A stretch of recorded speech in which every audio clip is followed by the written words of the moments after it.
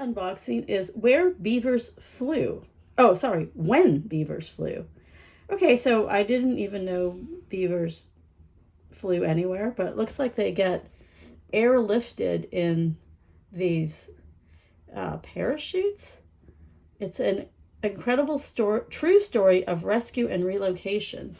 So as we know, beavers can transform an environment because they're just, natural dam builders. And, I think even within 1 year, they can, by plopping them somewhere where there's any kind of water, they can transform it into like a totally different thriving ecosystem. Like, they're very important. I almost feel like they're like almost like a keystone species.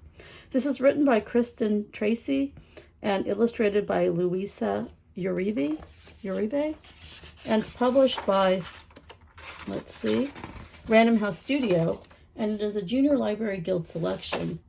And so perhaps where they need to, perhaps they're relocated in a terrain that's difficult to access, which is why they're being dropped by airplane to a location where they can safely land, leave this little box on their own, and start a new life in this new home environment.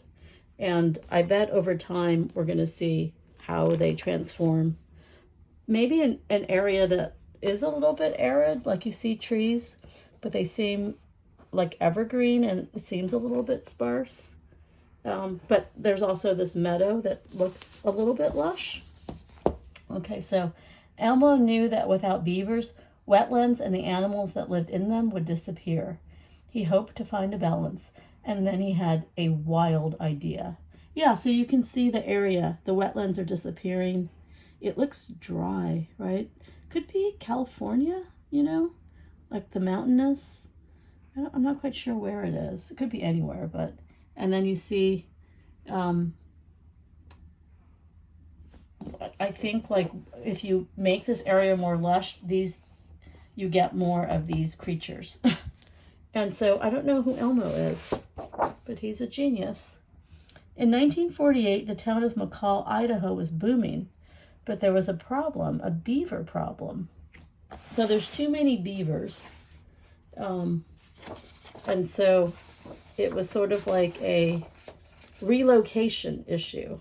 If you have too many beavers in one place, and they're flooding things because they keep damming things off.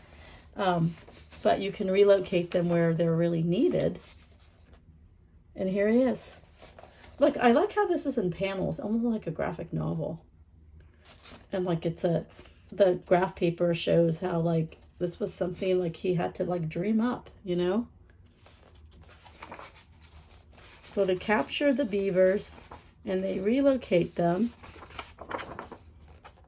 and 76 beavers loose in the wild world. So I'm not quite sure, where did they take them? Let's see. Is it still in Idaho? I'm not sure. Somewhere, maybe in the mountains. And when he finally flew over to visit, 1 year. And what did he find? Yay, it worked. The largest protected roadless forest in the continental United States. It does look more lush, doesn't it? And this is the Chamberlain Basin. I'm not sure where that is. Might say,